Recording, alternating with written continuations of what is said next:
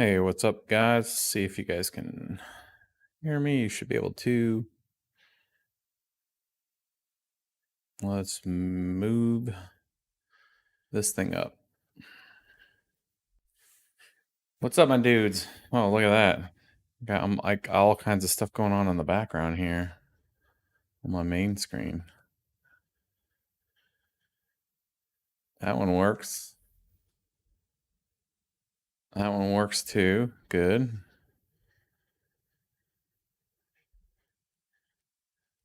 Well, let's see here if I can get it to where it's not. There we go. I had all my background stuff going on, and I was like, what is going on here, my dudes? So I'm still trying to figure out this green screen thing behind me. I'm going to start to change some stuff around here in the next week or so, and then we can start having the news stuff, like kind of like real news off to the side here, and I can like pivot over. Rocking the Compass Mining shirt. Got that when I was out in Miami this week. We're going to talk a little bit about what went down at Miami. Hopefully, we'll have access to the talks and the discussions that were there here this week.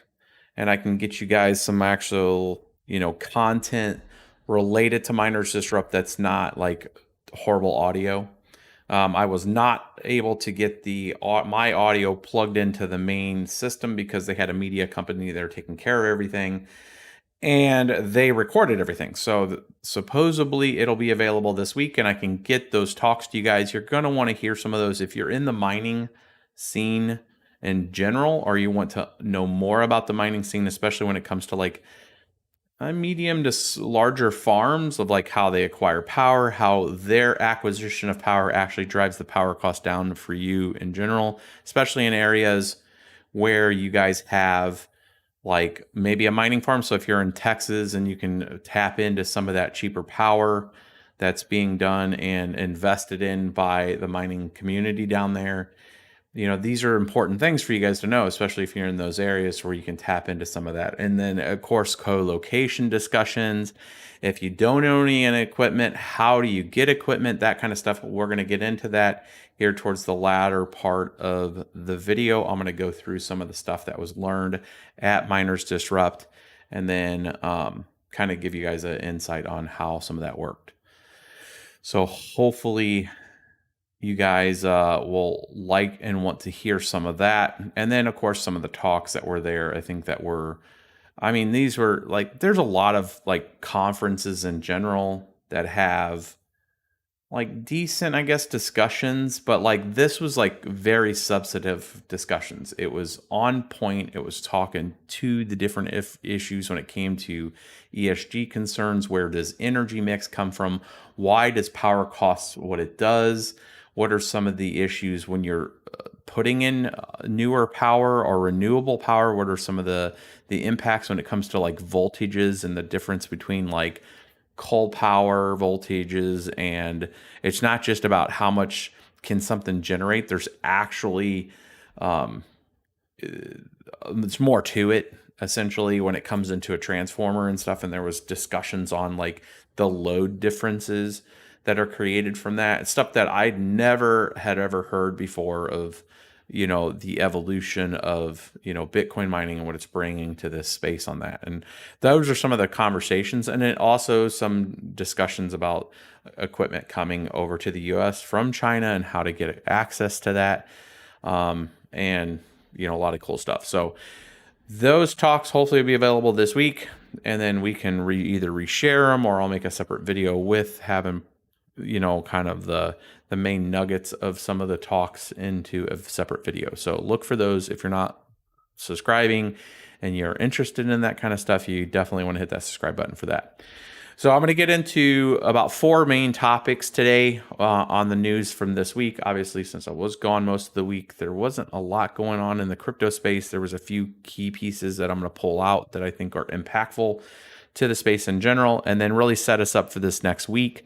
I'm going to be, again, out of town starting tomorrow for a few days. I'm actually going to be over in Virginia for a couple days and be doing some remote content while I'm gone, and then I'm back midweek, and we're prepping to head up to the farm all the following week. So you guys have been waiting for some content related to putting together the liquid cooling from engineering fluids. We got pretty much all of the content in place at the farm, and I'm heading up there for the entire week. So I'm kind of splitting time between doing kind of day job activities, and in the evenings we're going to be building essentially the tanks. So getting the tanks and all the load plates and everything in place for that, the dry cooler, the plumbing, all of that stuff being done. We're going to do a couple live streams next week for that for you guys. So you're going to want to see that. It's essentially pretty much that whole first week of August. I'm going to be up at the farm and working on that up there with BBT Todd, and we're going to be getting the farm in shape for the liquid cooling. So I know you guys have been waiting for some of that, the people that follow.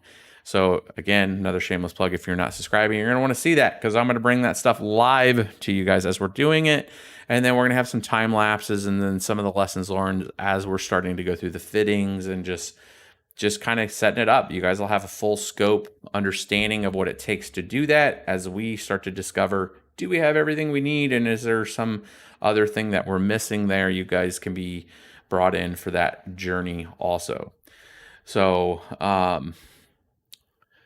it should be interesting. So let me get into kind of where we're at right now. Somebody goes, hey, where in Virginia? I think I'm flying into Richmond, and I'm going to be heading towards the Norfolk area.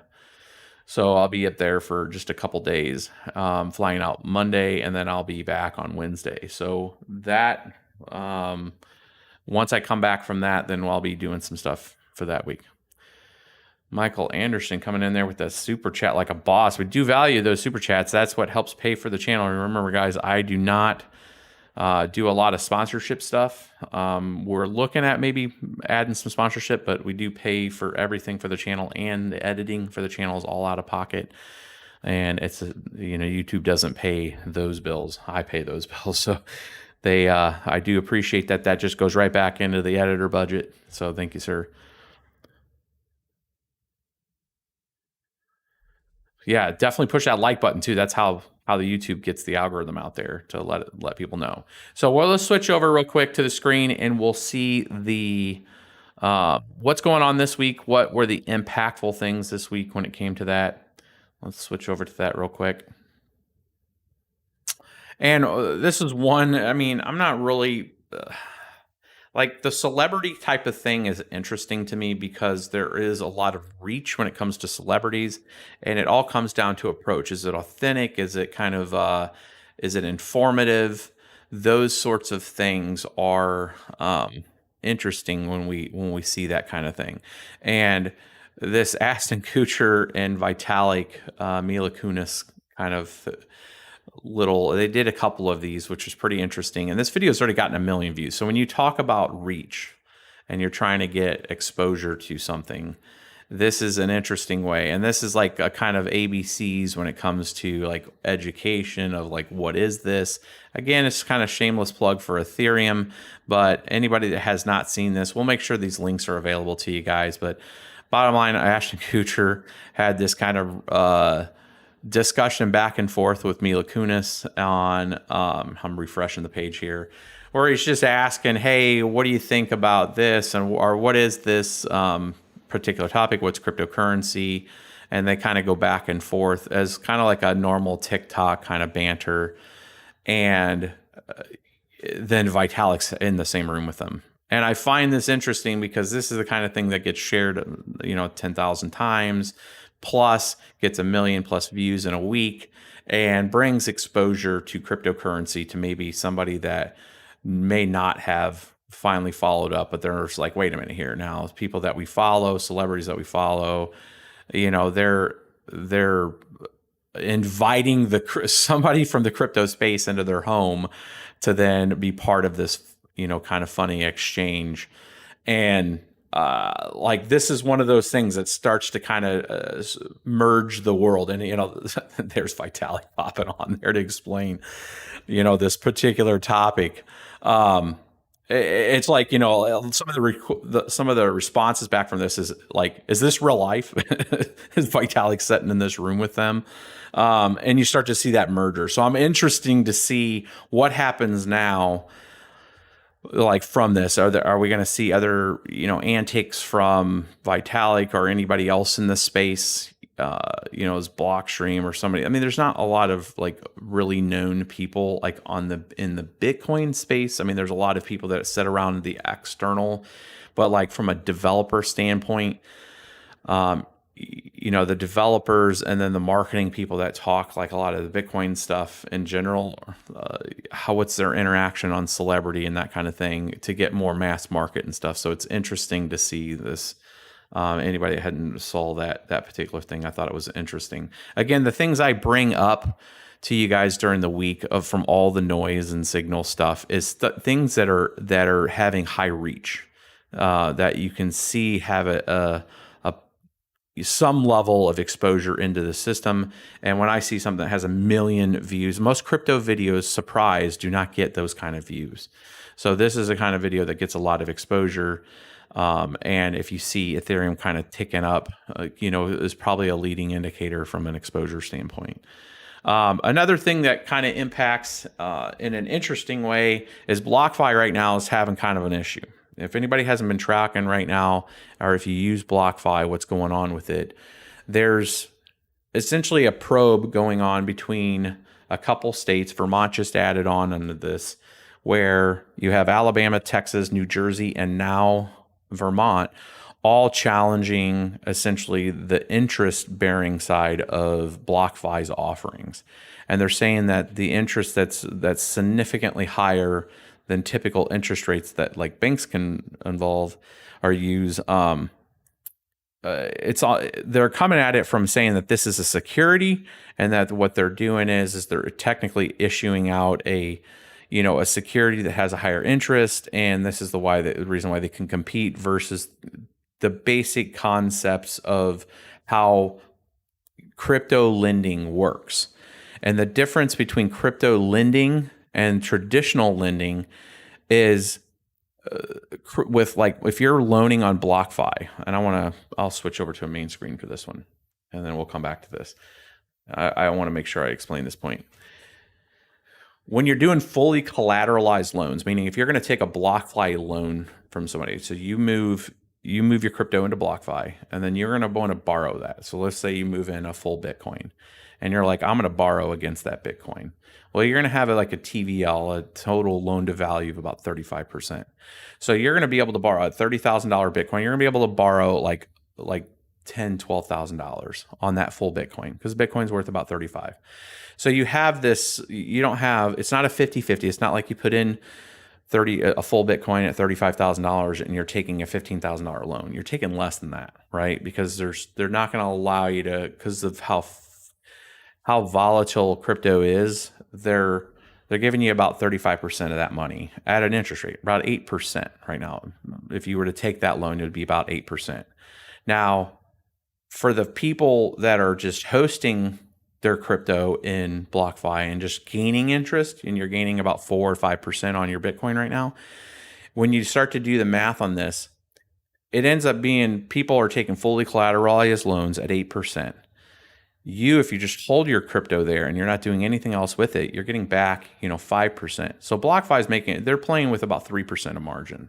So they're making anywhere, they have to service the situation because they have a business and they have people that work there. So when you look at that margin pool there, it's about 3%, 3.5%. So they're able to offer higher interest because people are taking loans at 8% and they're paying themselves back. And they're fully collateralized, meaning that they have a safety net, BlockFi does, to where if crypto crashes, they're just going to liquidate your crypto at that certain point, because they're going to spot price that out and they're going to sell your crypto to relinquish that money back. So at the end of the day, they're able to do a higher percentage because people are locking it at 8%. They're taking their 1.5% to 3% to make their money on, and then the people that are hosting a lot of crypto are also getting paid for having additional crypto in there. So it's again, this is a probe. And I think we're going to see more and more of this as people start to try to understand how can crypto have higher rates? How can they have a higher rate of return? And the difference is you're doing it, you're wrapping it in that crypto. You're not wrapping it necessarily in, dollars in cash, right? It has a dollar value, but most of that interest is paid back into native token. And when you look at any of the DeFi tokens and you look at the high interest rate, or if you're doing a liquidity pool providing, like if you're providing, both sides of a liquidity pool, like if you're doing ETH and DAI, you're earning the rate on both sides of it, right? So your interest rate is being paid back in that native token. So as fees are going through and you have a fully collateralized either loan, or you're doing it just purely from providing liquidity to allow those things to facilitate, you're getting those interest rates paid back in the native token. That native token happens to be worth money. So it's going to be interesting as they go through these probes of what's the grounds, because they're not doing it like traditional banks that are just derivative, right? They're not really locking up that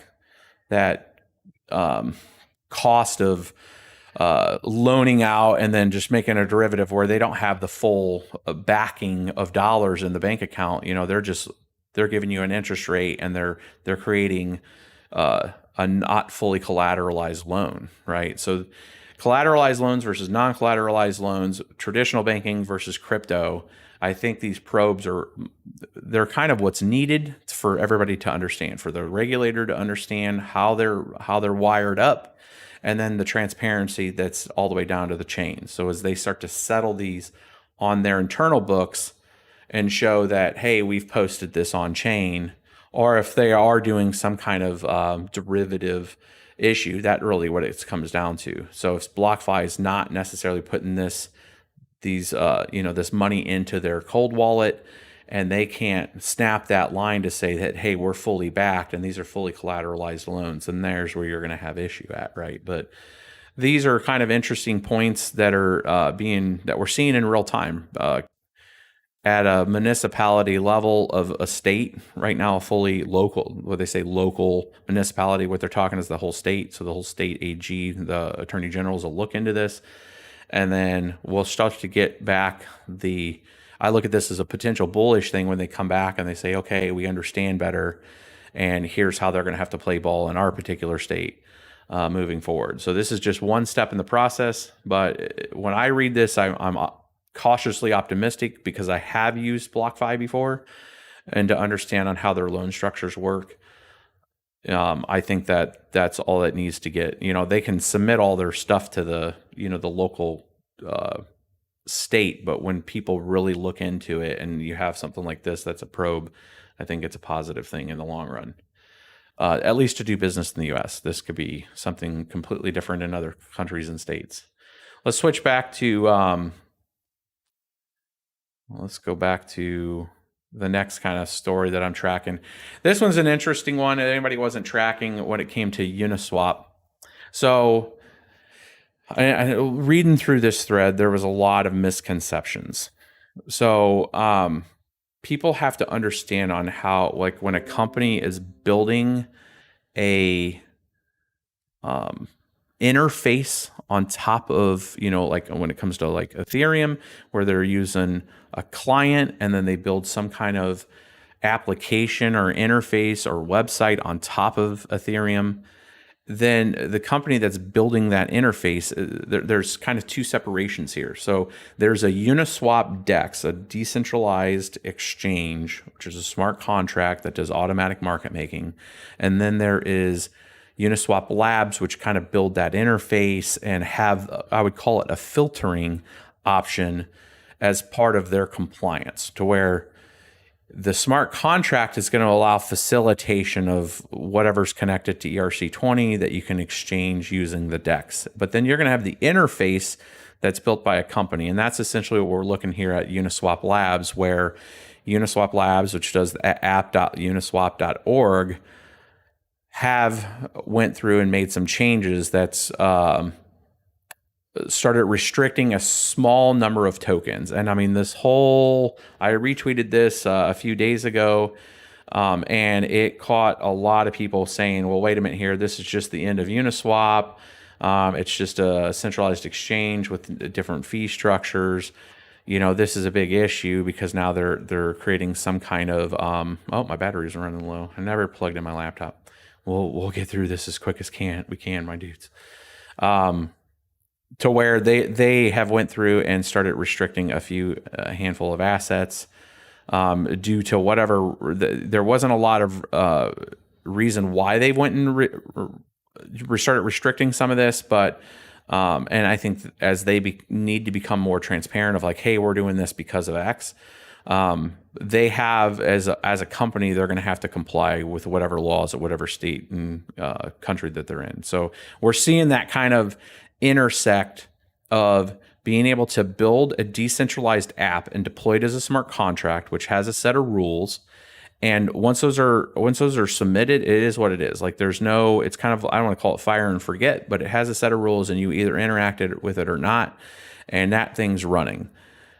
This is the interface that sits on top of that goes and calls that smart contract, and they have an ability to separately filter what they're presenting within that interface. And that's where this separates. So Uniswap necessarily as a smart contract isn't changing. It's the interface that's sitting on top of it that is changing somewhat to limit some restricted access to some of those tokens for whatever reason that they have, from my understanding, have not disclosed why. And that's really kind of the gap there. And I wanted to articulate that in the best way I could based on reading through this thread and seeing where they're at.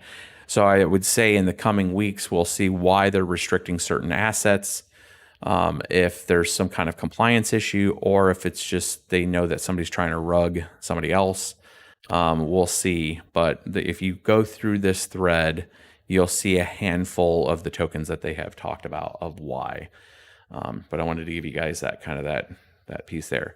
The last one on the laptop, and then we can get to switching over to where the laptop will end up shutting down because of power, because this Alienware uses a lot of juice, is a retweet that I had on the latest episode from Hatsu and with MEV Intern. And this is I would call it, if you're not super technical, this is on the upper echelon of like technicality, like pretty technical discussion, and you might not fully follow. So what I'm going to do, I wanted to make sure people understood this interview as well as possible, is I've started already going through this interview slowly, and I'm creating essentially a slide deck that goes with it to help articulate some of the points that are made in this interview, which really breaks down how MEV capture works.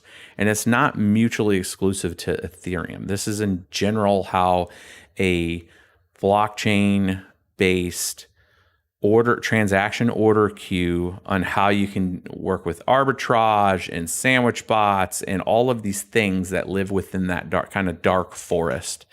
And this was articulated in a very interesting way from what is considered a person that is an MEV searcher, which looks for these opportunities, writes the code to take advantage of some of these transactions and then profit from them. Which a lot of this activity happens at the mining pool level, but then there's a whole bunch of other nested stuff that happens on the MEV front. This particular discussion between MEV Senpai and which used to be MEV Intern, I think they're still at MEV Intern. It's a very interesting discussion. So if you want to know and understand more when it comes to MEV extraction, which is a way to take advantage of the memory pool when cryptocurrencies, especially Ethereum, are you got a lot of transactions in a memory pool, how people can reorder and sort those and take advantage of opportunities ahead of time and profit from them. So this is a good listen if you want to understand and know more. And I'm going to try to bring it down into like a level 1, level 2 kind of listen, to where you don't have to already understand a lot of the basic principles. We'll do a separate, I would call it it's not going to be, it might be a live stream. I'm 50-50 if I'm going to do a live stream, but I'm building the slide deck that supports this to give you a visualization of those different activities that they're talking about and how they work. Because there's some assumption in this interview that has that you have some basic understanding on how certain things work within the memory pool. And I think it's lost on a lot of listeners on what the hell they're talking about. And I just want to help break that down. So that's the other piece of the news for this week. And then we'll get into kind of the discussion around what went down at Miners Disrupt. So let's switch screens real quick again, because this laptop's about to give up on us here. And then we can get into some Miners Disrupt stuff. So,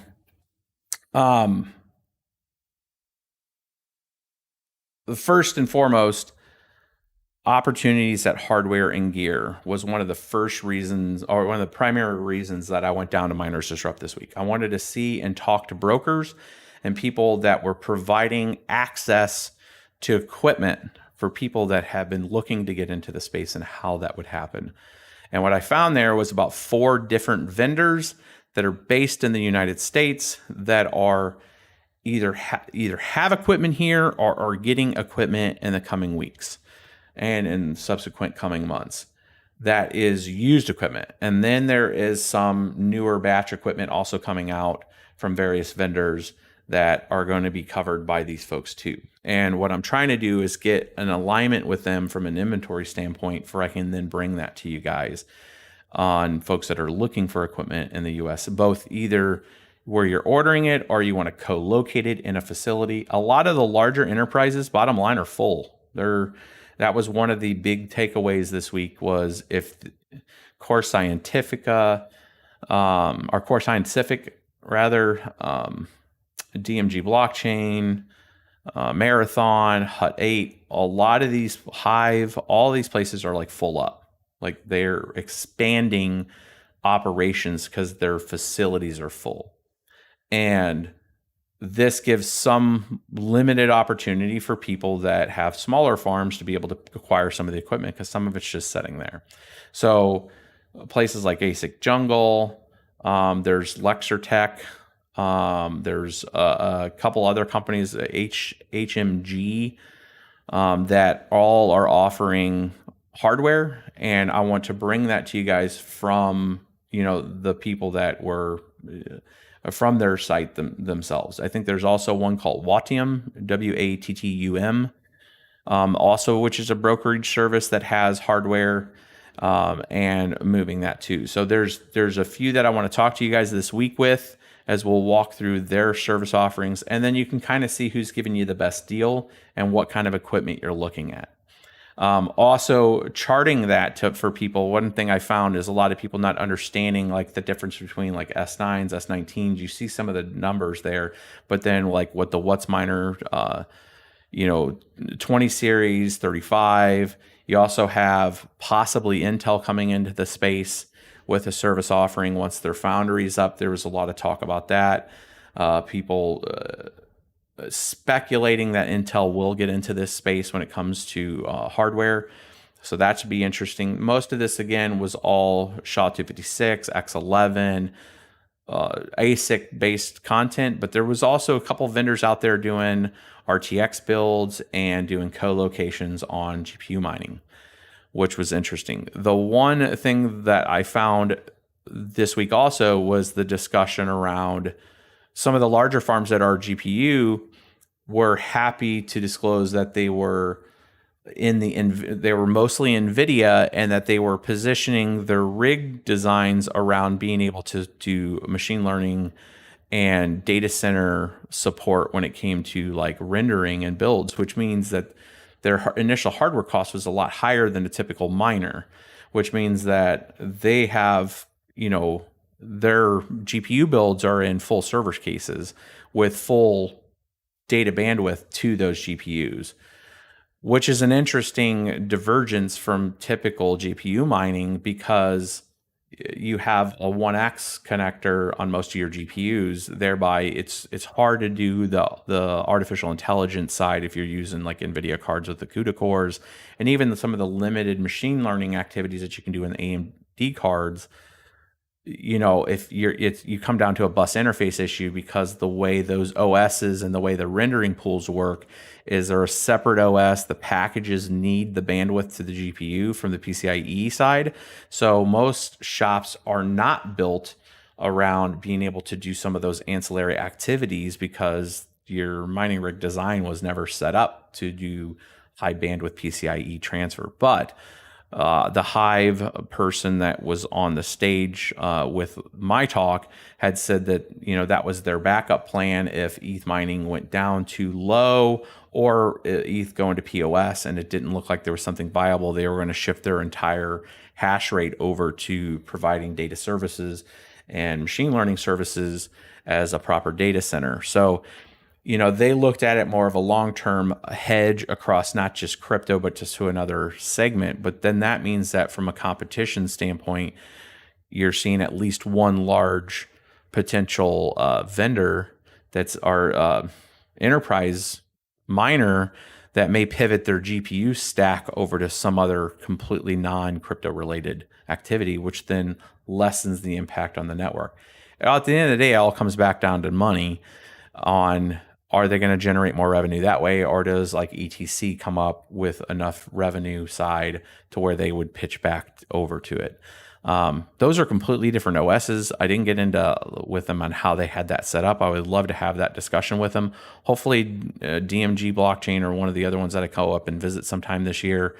If they do have a setup, I can talk to them on how they're looking from an OS standpoint, because those are completely different OSs, a completely different hardware build. So it's an interesting kind of setup. It's something I've talked about before. If you could position yourself when you were building out your mining rig, you could switch over to like rendering.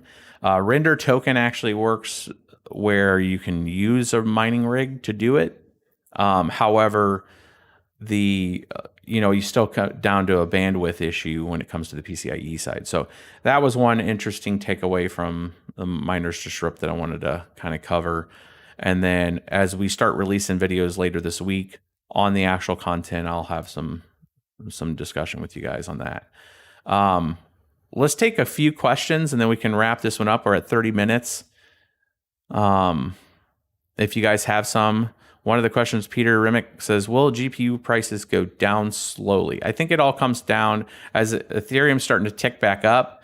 And as we get into 1559, we'll see. I don't think we're going to have a yield impact on 1559, but it all comes back down to if price discovery comes back up and we look at $3,000 or $4,000 ETH price, we will not see a price drop in GPUs. Right now, the availability of 3080 Ti's and those sorts of GPUs that have the light hash rate, there might be available if you're trying to do something that's not ETH based, but I don't think we're going to see a big drop down, unfortunately. I mean, they've came down some, and if you there's been a few people highlight the fact that Best Buy hasn't market adjusted anything. So I've seen people be able to catch Best Buy for like $399 for some GPUs, which is amazing for like the 3060 overclock editions going for $399.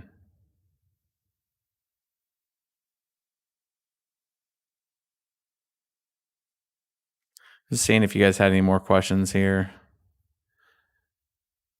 What mining software do you use for mining? On our farm, we use Hive, a slightly modified version because we use Kubernetes to launch essentially a headless version of Hive that runs in memory.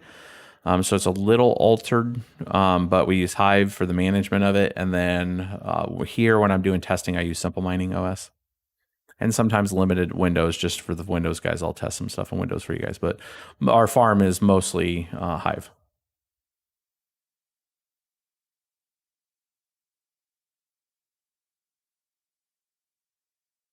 Is RVM a project that could be seriously looked at for mining?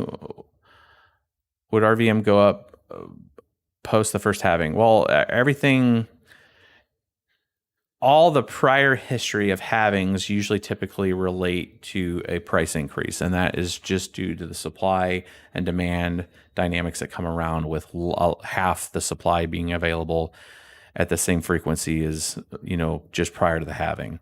It's a project that continues to build new content and has a very good following under it, and is anywhere between that, I would say, second to third position on most mining right now. But again, it has to have some serious price discovery, more than about a 10x price discovery is what it really needs to be able to take on any serious amount of Ethereum mining hash power. So it needs to really get up to around 50 cents to be able to take on that. But I think in the long run, it's going to be well over that, just from the way things are tracking with it. Any update on time banded attack? That's the discussion I'm going to have with you guys on breaking down the Hatsu and MEV intern / MEV senpai discussion. If you want to jump ahead, you'll learn everything you want to know about time banded attack on that. Bottom line, as I had mentioned with Edgar, which was the writer of the software that released on that, I had challenged him saying that the incentives weren't there for people to do a time banded attack, and it looks like that most people are kind of now finally centering around that too. What coins are we mining right now with the hash rate? We're mining 4 different things right now. Most of it's going to ETH. Ravencoin's the second one. ETC's the third. And I have a couple rigs now back on Ubik.